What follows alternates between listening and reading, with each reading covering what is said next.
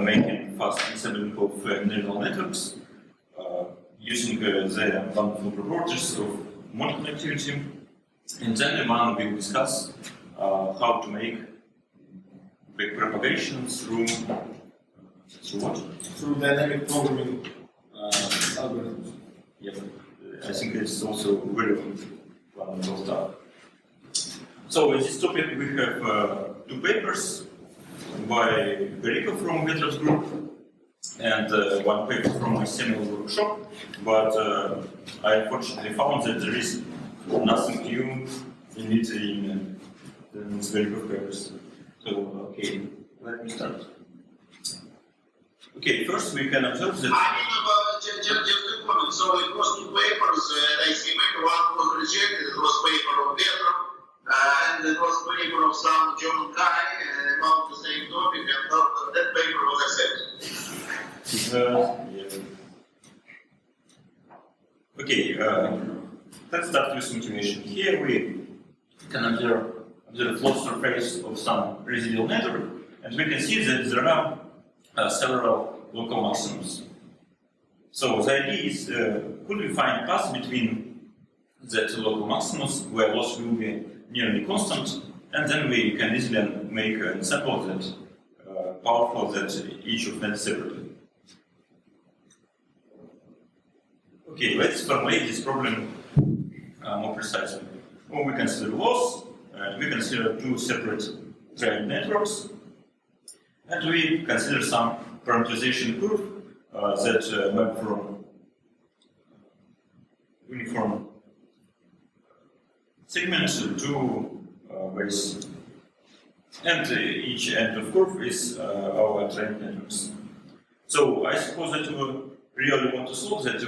We want to minimize over parameters of this curve, maximum loss that we can find along it. So, but this problem, we can easily find trivial solutions that we will not benefit. Consider, for example, convolutional neural network with real activations to it, and let's make connection from it to 0 point. And as we make from each to 0, we have a path between them with constant loss.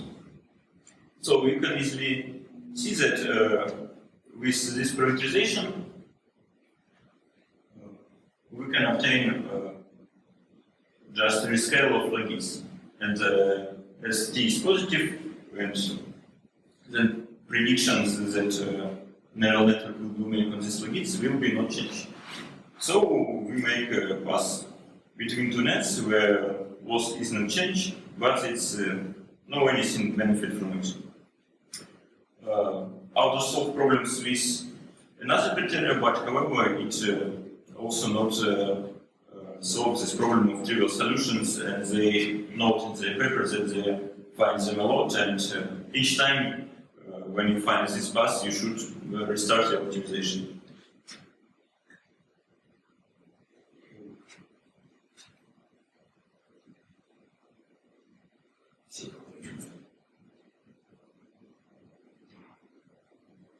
So consider relaxed problem with it. We just want to minimize emission loss along proof.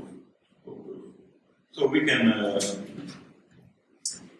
see that just taking distribution, or taking expectation with respect to uniform distribution along proof.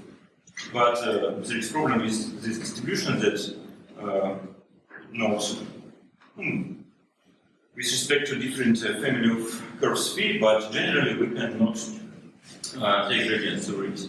So we need to relax problem mode. And we take an expectation now not uniformly on proof, but uniformly just on segment. You can see that it's a different problem. But benefit that we have from that kind of relaxation that now estimates of gradients is very easy. Just take gradient and sample from uniform distribution. So we consider two parameterization of curve. One is just linear chain as n go, and second is Bezier curve. authors consider experiments for averaging between two nets, but it can be easily generalized for any number. Okay, now what is theta here? Is it well, phi is a parameterization of a curve. phi is some curve, And theta is parameter of this parameters of these curves. So, in example, so theta are different, just different curves. We search for the optimal curve, which minimizes. vary searching on parameters of this curve. We select family of curves parameterized by theta, and then just make this video.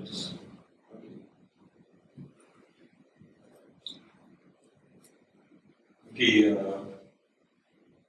I just make some intuition that help me to understand what is going on and why it's make any sense to optimize average loss along the curve, because not very obvious way.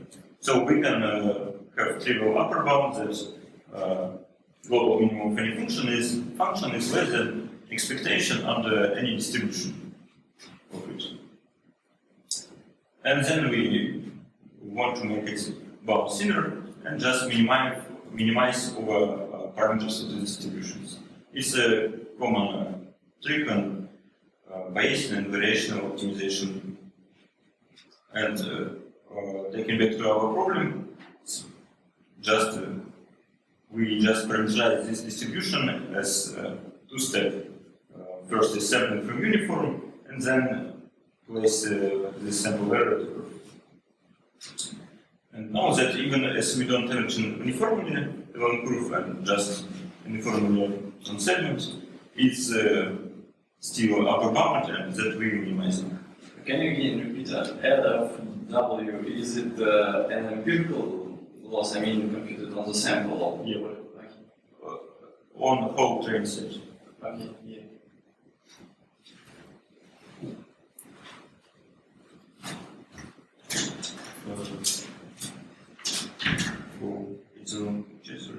Okay, let's so it's a straightforward procedure, like see results. So the green line endpoints on 0 and 1, it's two different separate train nets. And we're making steps from 0. And for each step we have as convex combination some green lines. It's when we just randomly select angle and make statement. You can see that it's with big step it's around as random guess, and with small step it looks like just corrupted version of train unit network. Then red line is just the straight line that straight line pass between two nets, and you can see that it's worse than chain and not much better than just a random step. Well, the defining error is still the same. The red line. What are the weights used? What are the network parameters that these lines interpolate between? The green one, because the red and the blue one, they seem to converge at well, they seem to be the same at each endpoint of the interval, but the green line starts from the same, well, from where everyone else starts, but then finishes off at some random. Yes, because blue line and red line both is segment between two nets. Okay. So if in 0 is one net, in 1 is other net, and green line is just random step with from random angle and with magnitude. So basically, from first net. So it's because of that it's a very small chance. Okay, so we consider that at 0 is a trained net, and that 1 for the green line is some random parameters, basically. 0 point and 1 point with respect to already trained nets. Okay. And now we want to make a pass between them, parameterized by t. Yes, I see it. And but green line is just a random step, not on pass between existence. Is it a single test or average across the main? What consider this experiment? It's average, but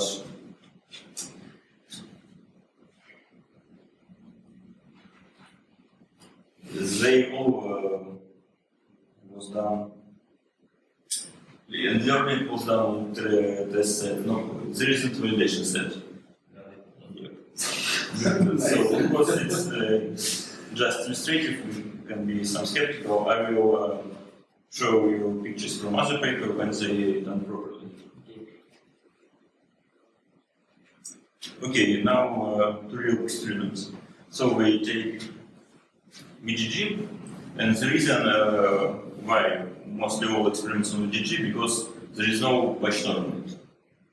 Because when you train, if there is batch norm on net and you want to ensemble it, it will be more complicated because you need to work with stuff that you have different parameters for batch norms, and you should, to origin model, you should re-estimate it on whole train set. Because of that, they prefer just take net without batch norm. So we take VG, we take CPR10, and make some base net called G. It's learned 200 epoxy with SBD, some shoulder of learning rate decay, and not very big batch. And we have 6 networks that train differently. Because to make good ensemble, we want to converge to different local maximum. And so we increase training batch, use as an optimizer, use as a decaying learning rate shoulder, and use as a initialization or data augmentation. Can you get back please to the slide when you explained how do they use different T to create new networks? Okay. Ensemble. Probably this one.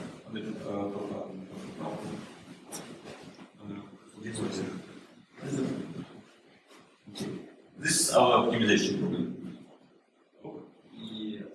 And phi ends on 2 already trained nets. Yes. Now we are finding, in case, consider linear chain. In this, we just finding third point, and we have endpoint. From one, we can go in after optimization. Is the phi just a segment, or it can be some? You can make what you want from it, Yes. but they consider segment, and with your proof, just looks like smoothing segment. Yeah. So, and when you learn it, you can just take arbitrary t, and it will be correspond to some ensemble from these 2 nets. So it will correspond to some network with which Yeah. has some Which have some y's that was average parameters. somehow averaged y's by this course. Not all these y's will be add you some prediction power, because you can remember I also considered a trivial example. You So can yes, so the weights will be changed. along curve. So you just plug phi set into the network. Yep. You obtain new weights and Divide it.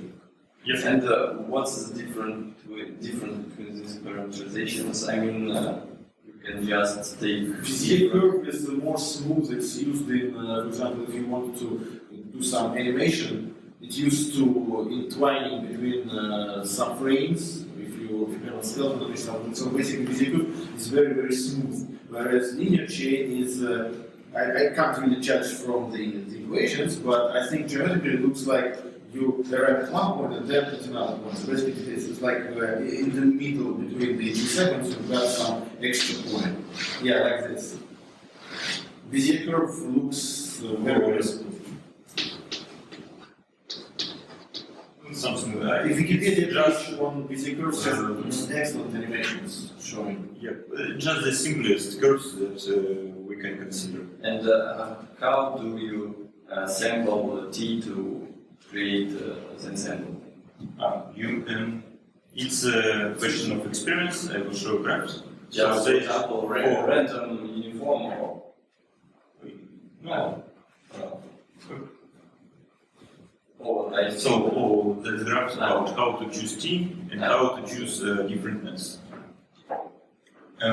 What can we say from them? That we can choose some middle T and we should train both nets not very much.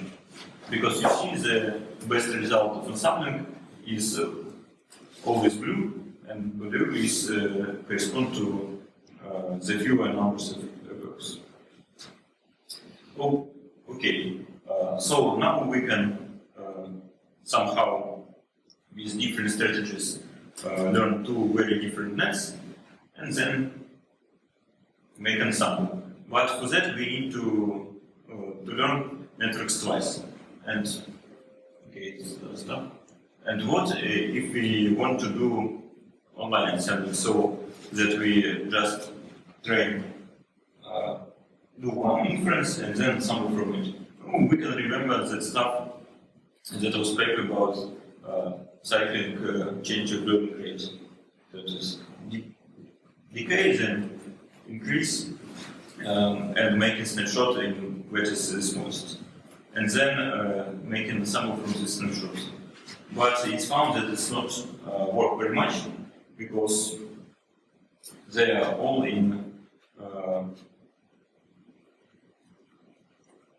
one local minimum, not enough diversity.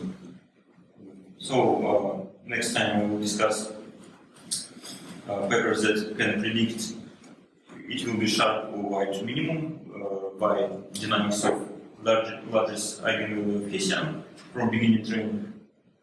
And about this paper, it's all.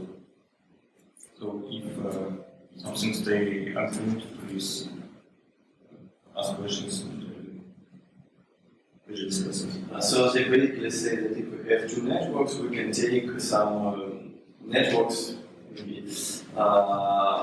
So we produce more networks using these networks and create an ensemble. And do they have any theoretical guarantees so that this will somehow work? They haven't. It's just empirical proof that I have some stupid stuff that we minimize upper bounds. That's all. So yes. It just simply saying that we can't do Gorsker, but nothing said that we can do something better. Basically, if we work with non-convex optimization, and for example, there are maybe two local minimums, and we sample some network which has two minimums, and for example, we take the network. You're saying that averaging also we can make a local maximum. Yes, for example. It's optimization problem. Well, I know that it's a global problem. Yes. If you recall, first that I was problems that I formulated that to avoid it. Okay, we minimize the maximum values that we want to meet in passing, but unfortunately, nobody now can solve it. And then we just say, okay, let's formulate the problems that we can solve. Okay, now it's still complex. Let's formulate that we can solve. Yes, we can solve this. Let's solve this and see.